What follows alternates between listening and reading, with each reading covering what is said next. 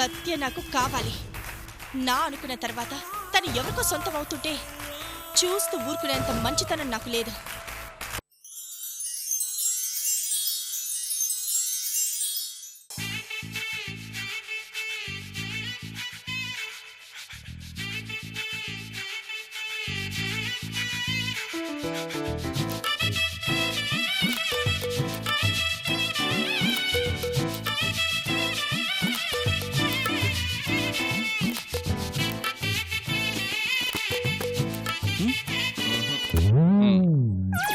అదేంటి తాతయ్య, అగ్నిహోత్రం చుట్టూ ఇలాగేగా తిరుగుతారు?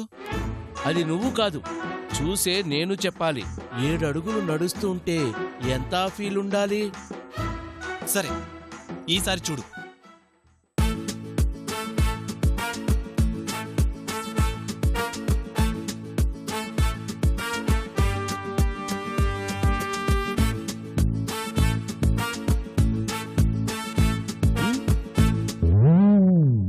ఏంటి తాతయ్య?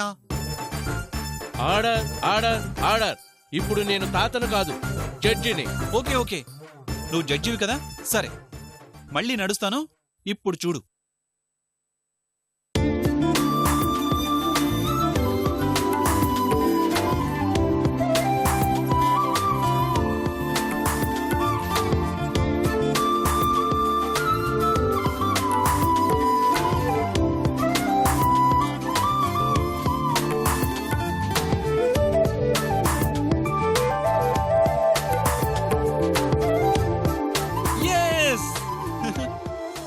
ఇంకా అవలేదా మీ గోల? బామ్మా, ఇది గోల కాదు, ప్రాక్టికల్స్.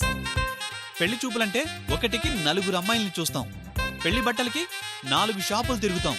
అలాంటిది పెళ్లిలో ఎలా నడవాలి, ఎలా చూడాలి అనేది ప్రాక్టీస్ చేసుకోపోతేలా? పెళ్ళనే పుస్తకంలో కొత్త అధ్యాయానికి తెర తీసేవరా నువ్వు.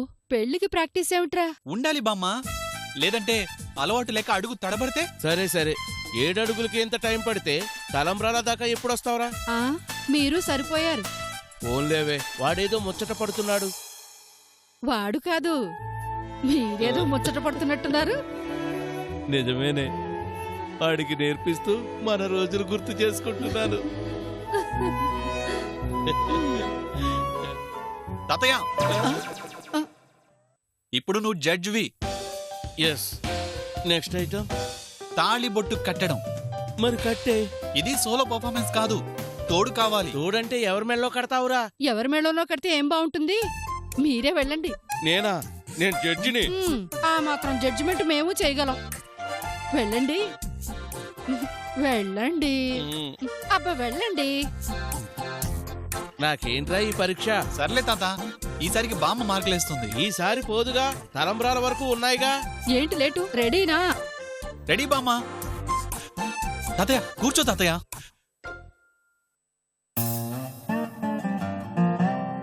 రేయ్ 3 ముళ్ళు వేసేవురా. తాతయ్య డిస్టర్బ్ చేయకు తాతయ్య, ఫీల్ మిస్ అవుతుంది.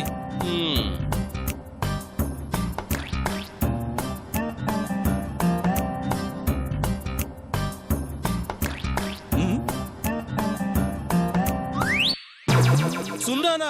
నా జీవితంలో సున్నా ఎవరికి ఇవ్వలేదే. నా పర్ఫార్మెన్స్ అంత నీచంగా ఉందా బామ్మ? నీది కాదురా, మీ తాతది. అమ్మాయి అంటే ఎంత అందంగా కూర్చోవాలి. నాతో నీకెందుకు, ప్రాక్టికల్ వాడికి కదా. వాడు సరిగ్గా చెయ్యాలి అంటే మీరు సరిగ్గా కోఆపరేట్ చేయాలిగా.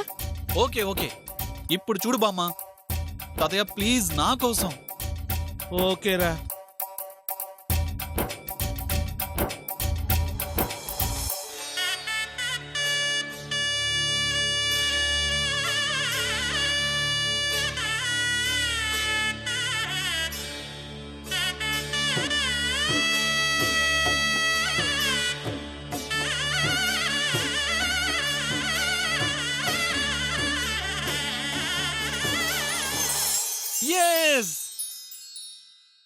నెక్స్ట్ తలంబ్రాలు. తలంబ్రాలా? రే, మన ఇద్దరం తలంబ్రాలు పోసుకుంటే బాగుండదేమోరా. ప్రాక్టికల్స్ కదా తాతయ్య, ఏం పర్వాలేదు. బామ్మ నువ్వు వెళ్ళి తలంబ్రాలు తీసురా. నీలాంటి మంచి మనసున్న వాణ్ణి భర్తగా చేసుకోబోతున్న ఆ సావిత్రి నిజంగా అదృష్టవంతురాలు.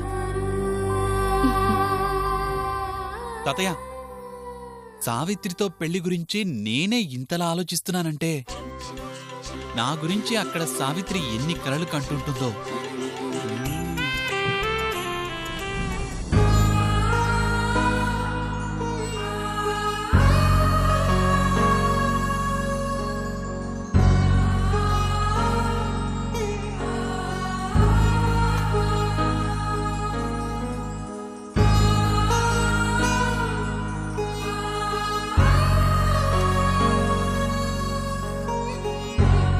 నేనొస్తే సరిపోతుందా? ఇది తీసుకురావద్దు?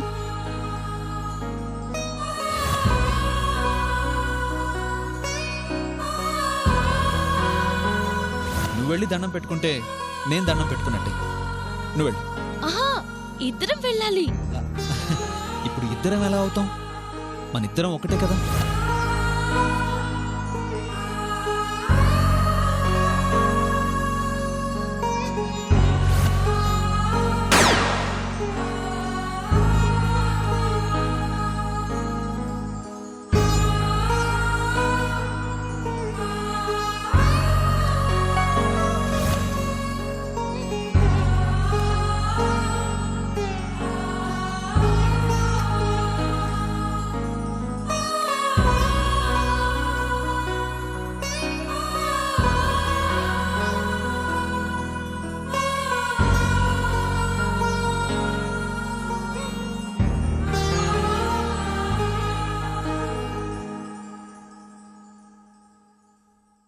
ఏంటి ఇది? ఎలా అయిపోయింది? చిన్నప్పటి నుంచి ఇంతే ఆశపడింది, ఏది సాధించుకోలేకపోయాను. చిన్నపిల్ల చిన్నపిల్ల అంటూ వాళ్ళ ఇష్టాల్ని నా ఇష్టాలుగా చేసి నాకిష్టమైంది ఏది నాకేది దక్కకుండా చేశారు. నా బాధను అర్థం చేసుకున్నట్టుగా నన్ను, నా ఇష్టాన్ని గౌరవించే ఆయన నా జీవితంలోకి వచ్చారు. తన మాటల్లో, చేతల్లో, అన్నిట్లో నా మీదున్న ఇష్టాన్ని, ప్రేమని చూపించారు. కానీ ఈరోజు నన్ను ఒంటరిదాన్ని చేసి వెళ్ళిపోయారు. ఎవరో, ఎందుకొచ్చారో, ఎందుకు ఆయన ప్రాణాలు తీశారో నాకేం అర్థం కావడం లేదు. కనీసం మనసారా ఏడ్చే అవకాశం కూడా లేదు. ఇష్టమైన మనిషి చనిపోయాడని నా బాధలో నేనుంటే వాళ్ళకు నచ్చిన వాళ్ళతో నాకు నిశ్చితార్థం కూడా చేసేశారు.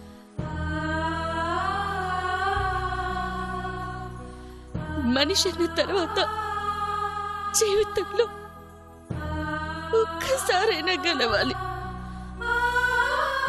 కానీ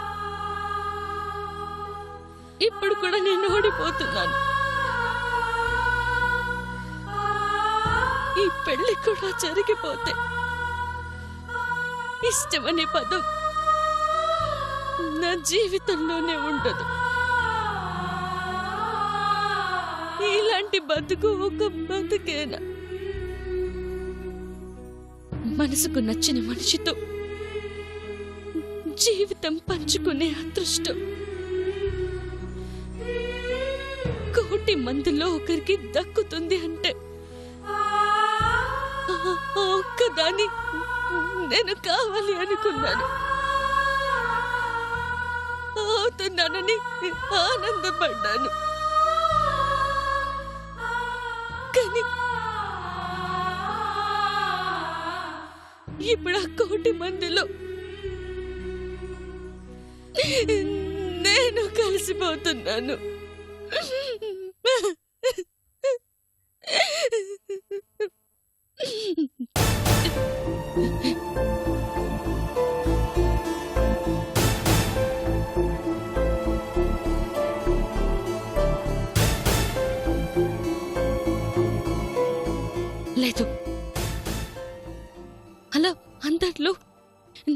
ఒక్కదాన్ని కాలేను. ఇష్టం లేని మనిషిని పెళ్లి చేసుకొని రోజు చస్తూ బతకలేను. అలాంటి బతుకు నాకొద్దు. మా వాళ్ళకి నా ఇష్టంతో పని లేదు. నా ఇష్టం చచ్చిపోయింది. ఇప్పుడు నేనేం చెయ్యాలి? అమ్మ వాళ్ళ ఇష్ట ప్రకారం పెళ్లి చేసుకుంటే రోజు చావాలి.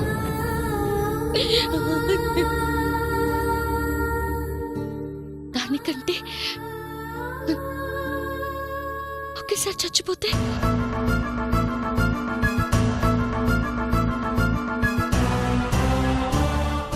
అవును, చచ్చిపోతే ఈ కన్నీళ్లను జీవితాంతం మోయడం కన్నా కళ్ళు మూయడమే మంచిది. చచ్చిపోవాలి. నేను చచ్చిపోవాలి.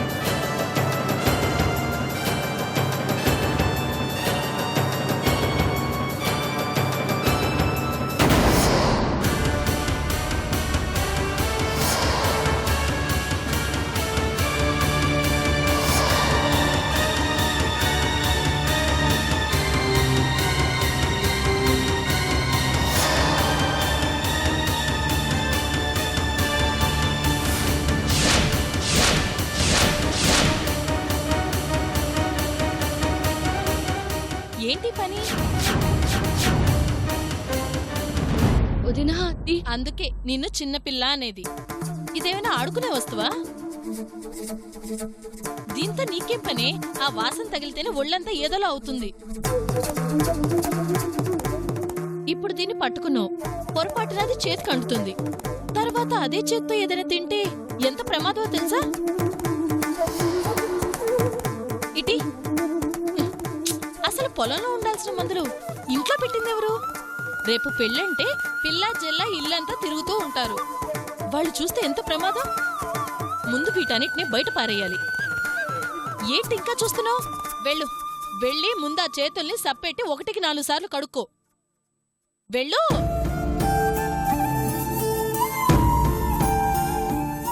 రే రామయ్య, రామయ్య అమ్మగారు, ఇదిగో అర్జెంటుగా ఈ పురుగుల మందులన్నీ తీసుకెళ్లి పొలంలో పెట్టేసిరా. అట్టాగే అమ్మగారు.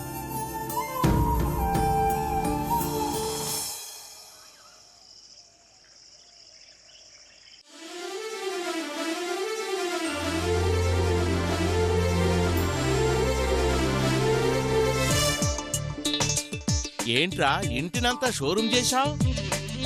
కొత్త భార్య, కొత్త లైఫ్, కొత్త వస్తువులు. అదిరిందయ్యా సత్యం. కానీ ఏ వస్తువులు తెచ్చినా బామ్మ తాత ఓపెన్ చేయాలన్న సెంటిమెంటు అలాగే ఉంది. వస్తువులు మారినట్లు అలవాట్లు మారతాయా? మ్మ్. మంచి రోజు మధ్యాహ్నం అయితే రాహుకాలం వస్తుంది.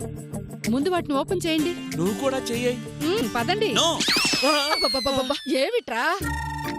ఈ వస్తువులను ఓపెన్ చేసే అవకాశం ఈసారికి మీకు లేదు. ఏ ఎమ్మెల్యేలు ఏమైనా పిలిపించావా? ఏంటి తాత నువ్వు కూడా? నాకు పెళ్ళవబోతోంది. ఈ ఇంటికి నా హీరోయిన్ రాబోతోంది. తన కోసం కొన్న వస్తువుల్ని తన చేత్తో తనే ఓపెన్ చేస్తుంది. ఏంటి కాబోయే భార్య కోసం కొత్త వస్తువులు కొన్నావా? జీవితంలో కొత్తగా ఒక వ్యక్తి వస్తున్నప్పుడు వస్తువులు కూడా కొత్తగా ఉంటేనే బాగుంటుంది కదా బామ్మ. ఎరా, కొత్త వ్యక్తి కోసం కొత్త వస్తువులు కొన్నావు, అలాగే పాత వస్తువుల్లాగా మమ్మల్ని పక్కన పారేస్తావా? అదేంటి బామ్మ, వస్తువుల్ని పారేస్తాం కానీ ప్రేమని అభిమానాన్ని పారేస్తామా? సావిత్రి ఇంట్లోకి అడుగుపెట్టే వరకు ఈ వస్తువులు ఇలాగే ఉండాలి. ఈ ప్యాకింగ్లో ఉన్న నా ప్రేమ భద్రంగా ఉండాలి. తన చేత్తో ఈ ప్యాకింగ్ విప్పినప్పుడు వీటిలో దాచిపెట్టిన నా ప్రేమ తనకు కనిపించాలి. అందుకే ఈ ఒక్కసారికి ఏమనుకోకు బామ్మ, ప్లీజ్. నువ్వు జీవితాన్ని చేసుకుని బతుకుతున్న ఆ సినిమాల్లో కల్పితం ఉంటుంది, కానీ నీ ప్రేమలో కల్మషం లేదురా. నీలాంటి భర్తని పొందాలి అంటే ఆ అమ్మాయి అదృష్టవంతురాలై ఉండాలి. అవునరా, ఇంటికి కావలసిన సామాన్లు అమ్మాయి వాళ్ళు కొనిస్తారుగా, మళ్ళీ నువ్వెందుకు కొన్నట్టు? అమ్మాయి తేవాలి, అత్తగారివ్వాలని రూలా తాతయ్య? బతకడానికి 100 ఏళ్ల తోడును పంపిస్తున్నారు. అంతకన్నా ఇంకేం కావాలి, ఇంకేం ఇవ్వాలి?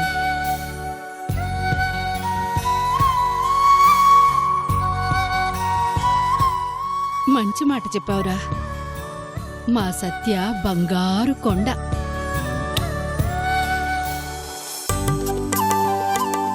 చీర చాలా బాగున్నట్టుందే. ఈ రంగు మన సావిత్రికి ఏం బాగుంటుంది బామ్మ? తన రంగుకి ఈ చీర అస్సలు బాగోదు. ఇదిగో ఇచ్చుడు, ఇది బాగుంటుంది కదా? అవునత్తయ్య, చాలా బాగుంది. అబ్బా, రంగు అది అంతా బాగుంది గాని పైట కొంగు అస్సలు బాలేదత్తయ్య.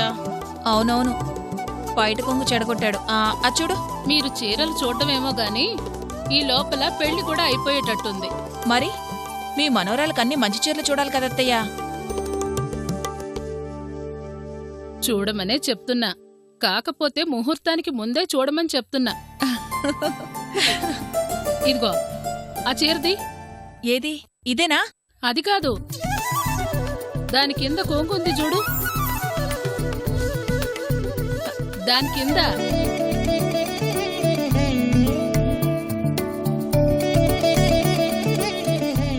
ఇదా? బామ్మ, ఓల్డ్ ఈజ్ గోల్డ్. పైకి బానే ఉంది, లోపల. అత్తయ్య, బయట కూడా బ్రహ్మాండంగా ఉంది.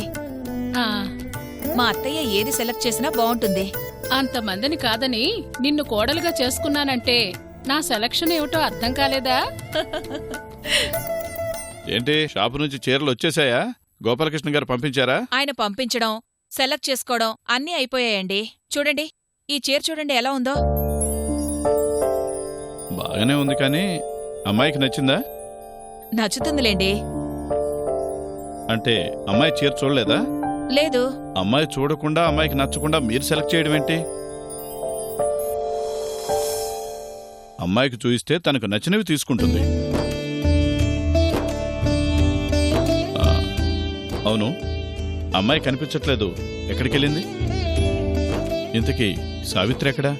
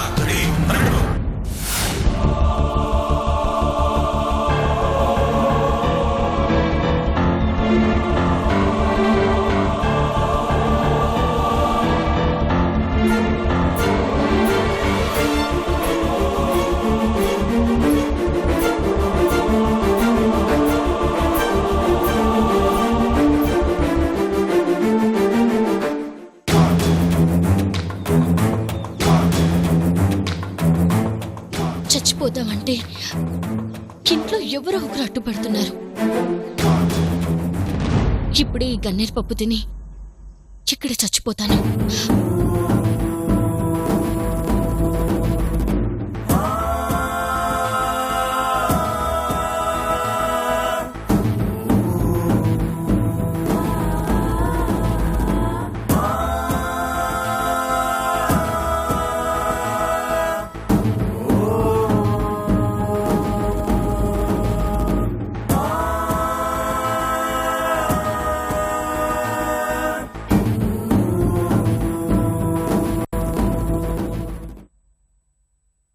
ఇప్పటి వరకు నువ్వు చేసింది ఏదైనా ఈ 4 గోళ్లకు మాత్రమే తెలుసు. ఇప్పుడు ఈ కార్డుల రూపంలో పంచబోయేది ఇంటి పరువుని పంచడం ఎందుకు? నలుగురిలో తల వంచడం ఎందుకు? తల వంచాలన్నయ్యా. తాళి కట్టించుకోవడానికి నేను, కాళ్ళు కడగడానికి నువ్వు.